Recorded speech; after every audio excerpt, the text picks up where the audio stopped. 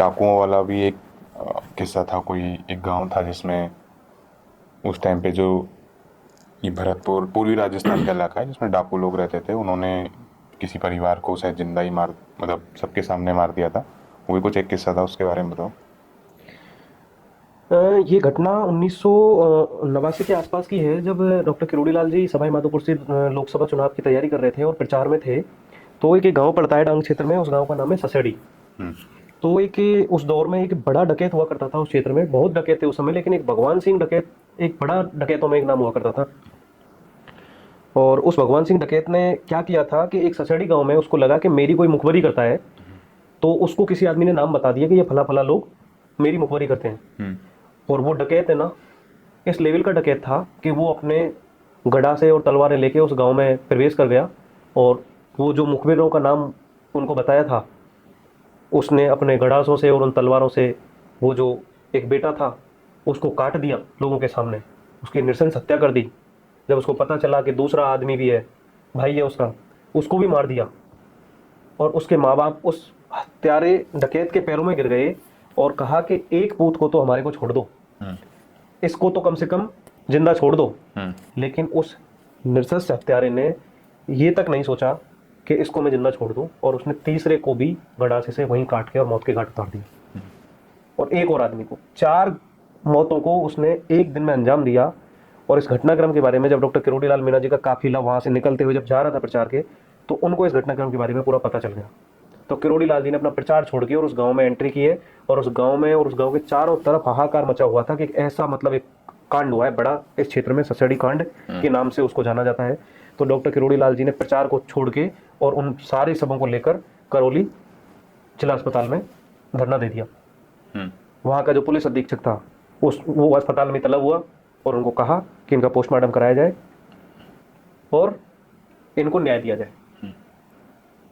Doctor Kirori Lal ji ने एक वचन दिया था वहाँ की जनता को, ये कहा था कि मैं चुनाव हारूं चाहे मैं चुनाव जीतूं, मैं सौगंध खा के जा रहा हूँ, ये मैं आपको ये वचन दे के जा रहा हूँ, मैं आऊँ चुनाव जीत के या हार के, तब तक या तो प्रशासन इस दस्यु का ये जो आतंक फैला रखा है इस आदमी ने, इसका सफाया या तो ये लोग कर दें, नहीं तो मैं खुद आके ना इस आतंक का अंत में करूंगा। तो ये घटनाक्रम हुआ। ईश्वर का आशीर्वाद रहा, भगवान की कृपा रही, कैला मैया का आशीर्वाद रहा कि सबसे अधिक वोटों से उस दौर में चुनाव जीत के लोकसभा में गए और लोकसभा में शपथ लेके वापस लौटे। तो उनका वो जो घटनाक्रम था वो उनके दिमाग से नहीं निकल रहा था। और उन्होंने आके यहाँ से शेखावत जी को अवगत कराया था, उनको कहा था कि प्रशासन को कहो कि वहाँ पे इस तरीके की कार्रवाई करे। अगर कार्रवाई नहीं करते हैं तो ये किरोड़ी लाल मीणा प्रशासन से ज़्यादा मतलब काम करने वाला आदमी है, इसके अंदर जुनून है, जज्बा है करने का। प्रशासन बहुत ढीला रवैया अपनाता है।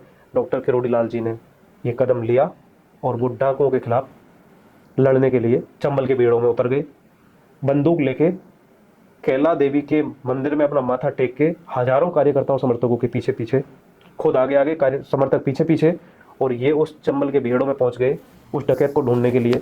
आखिरकार इन्होंने 8-10 दिन उस चंबल के भीड़ों की खाक को छान मारा और अंततः उस डकैत का मर्डर हुआ प्रशासन द्वारा। प्रशासन ने उस डकैत को मार गिराया।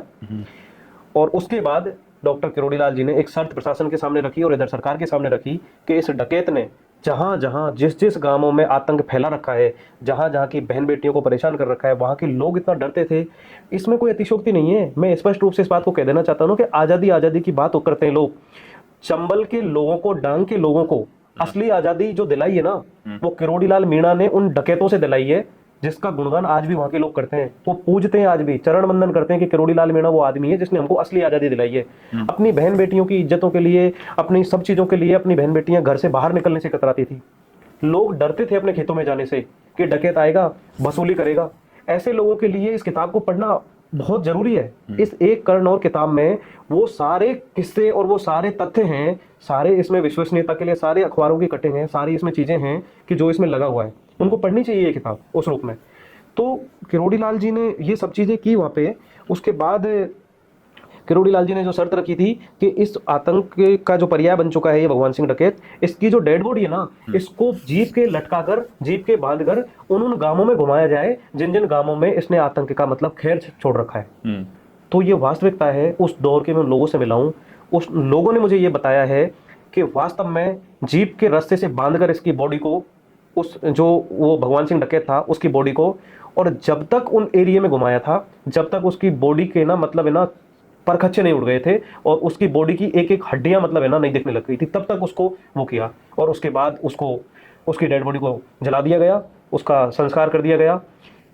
वास्तविकता है कि वहाँ के लोगों ने ना फूल बरसाए थे किरोड़ी लाल के ऊपर, वहाँ के लोगों ने जिंदाबाद के नारे लगाए थे इस रूप में कि इस आतंक से हमको छुटकारा किरोड़ी लाल मीणा ने दिलाया। ये वास्तविक घटना है, इसमें कोई दौरा नहीं है।